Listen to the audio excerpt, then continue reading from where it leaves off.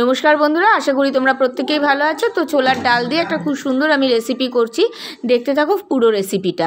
ছোলার ডাল ভিজিয়ে রেখেছিলাম, তারপর মিক্সিং জারে ছোলার ডালগুলো আমি তুলে নিচ্ছি। ছোলার ডালগুলো ভালো করে পেস্ট করতে হবে, ওই জন্য তো সামান্য কিছু ছোলার ডাল আমি রেখে দেবো, বাকি সমস্ত কিছু দিয়ে দেবো। তার সঙ্গে দেবো হচ্ছে কয়েক কুচি আদা, দেবো হচ্ছে কয়েকটা কাঁচা লঙ্কা। এইগুলো দিয়ে ছোলার ডালটাকে খুব ভালো করে পেস্ট করে নিলাম। আর রেখে দিয়েছি সামান্য একটু, মানে এক মুঠের মতন, ওই সামান্য একটু কয়েকটা গোটা ছোলার ডাল। তো এইবার ওই পেস্টের সাথে ওই গোটা ছোলার ডালটা ভালো করে মিশিয়ে নিতে হবে। ছোলার ডালটা খুব ভালো করে মিশিয়ে নিয়ে এবার এর মধ্যে দিয়ে দেবো সাদা জিরে। জোয়ানও দিতে পারো, কালো জিরেও দিতে পারো, কিন্তু আমি সাদা জিরেটা দিয়েছি, সাদা জিরে স্মেলটা ভালো লাগে। দিয়েছি নুন, আর দিয়েছি হচ্ছে হিং। হিংও দিয়েছি কিছুটা, বেশ কিছুটা।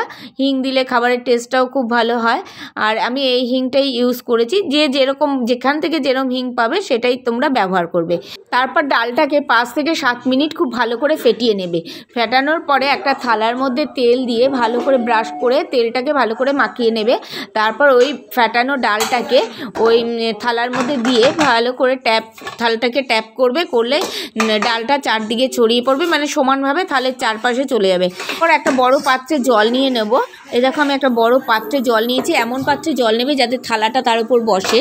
তো জল নিয়ে তার উপরে থালাটা বসিয়ে দিয়েছি, দিয়ে আমি আগুনটা জ্বালিয়ে দেবে। যে ইন্ডাকশান করলে ইন্ডাকশান জ্বালাবে, গ্যাসে করলে গ্যাস জ্বালিয়ে দেবে। আমি এটা ইন্ডাকশানেই করেছি।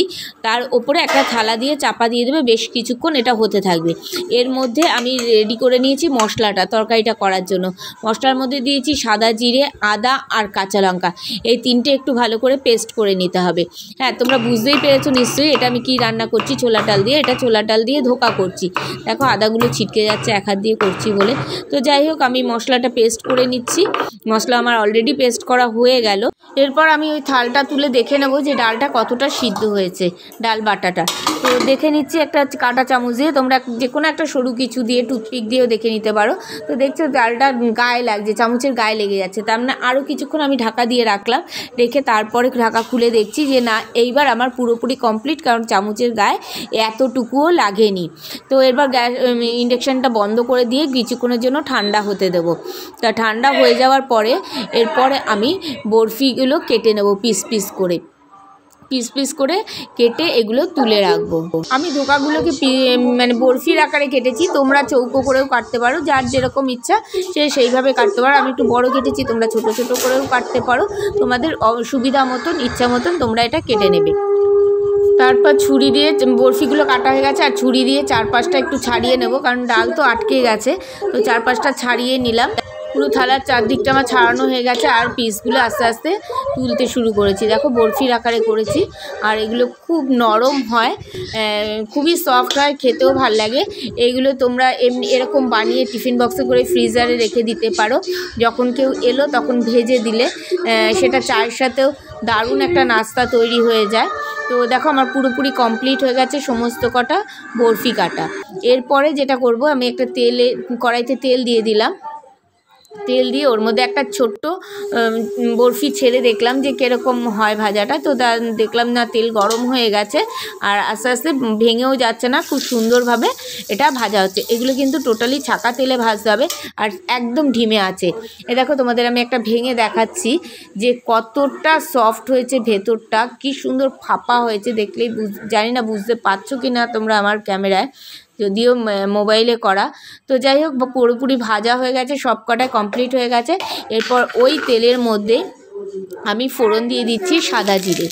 তারপর ডুমো ডুমো করে কেটে রাখা আলুগুলো এর মধ্যে দিয়ে দিলাম। আলুগুলো একটু ফ্রাই করে নেবো, একটু মানে ভাজা ভাজা করে নেব।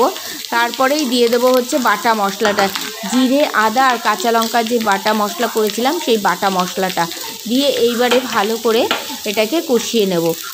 এবার মশলার বাটি ধোয়া জলটাও আমি এর মধ্যে দিয়ে তারপরে ভালো করে নাড়াচাড়া করতে থাকবো, আলুর সাথে মশলাটাকে কষাতে থাকবো একসঙ্গে।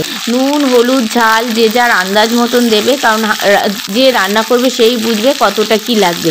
তো যাই হোক, হলুদ দিয়ে দিলাম। আমার তরকারি কোয়ান্টিটিটা একটু বেশিই ছিল, তাই জন্য আমি ছোটো চামচে 3 চামচ হলুদ দিয়ে দিলাম। হলুদ দিয়ে ভালো করে আবার মশলাটা বেশ কিছুক্ষণ আমি কষিয়ে নেব।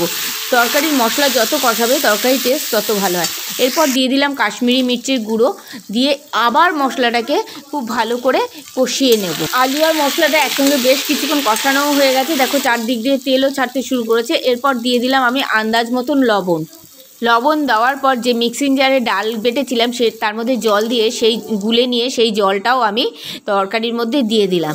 এই জলটা তরকারির মধ্যে দেওয়ার পর আমি ভালো করে এই জলের সাথে মশলাগুলো আর আলুটা মিশিয়ে নেব, বেশ ভালো করে নাড়াচাড়া করে। দেখতেই পাচ্ছ আমি খুব ভালো করে নাড়াচাড়া করে মশলাটা সমস্ত কিছুর সাথে মিশিয়ে নিলাম। এরপর বেশ কিছুক্ষণ ফুটতে দেবো। বেশ কিছুক্ষণ ফুটতে দেওয়ার পর দেখো জলটা টেনে গেছে আর তেলগুলো আস্তে আস্তে ছাড়তে শুরু করেছে। সেই সময় দিয়ে দিলাম আন্দাজ মতন একটু মিষ্টি, সামান্য একটু মিষ্টি দিলাম, কারণ নিরামিষ তরকারিতে একটু মিষ্টি না দিলে ভালো লাগে না। মিষ্টি দিয়েও আবার ভালো করে নাড়াচাড়া করে নিলাম। মশলা খুব ভালো করে কষানো হয়ে গেছে, দেখো তেল ছাড়তে শুরু করে দিয়েছে।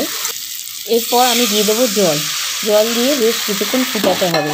জল আন্দাজ মতন জল দেবে, তরকারি যেরকম যতটা তরকারি সেই হিসেবে জলটা দিতে হবে, কারণ যেহেতু এখানে বড়া পড়ছে তো জলটা আমাকে একটু বেশি করেই দিতে হবে।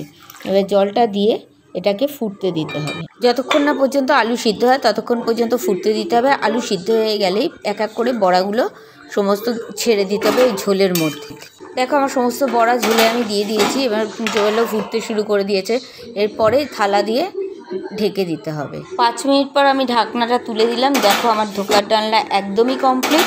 আমি যেহেতু এই ধোকার ডালনায় হিং ইউজ করেছি সেই কারণে এর মধ্যে আমি গরম মশলা দিইনি। এই রেসিপিটা তোমাদের কেমন লাগলো অবশ্যই কমেন্ট বক্সে জানিও, আর পরবর্তী রেসিপি নিয়ে আবার চলে আসবো।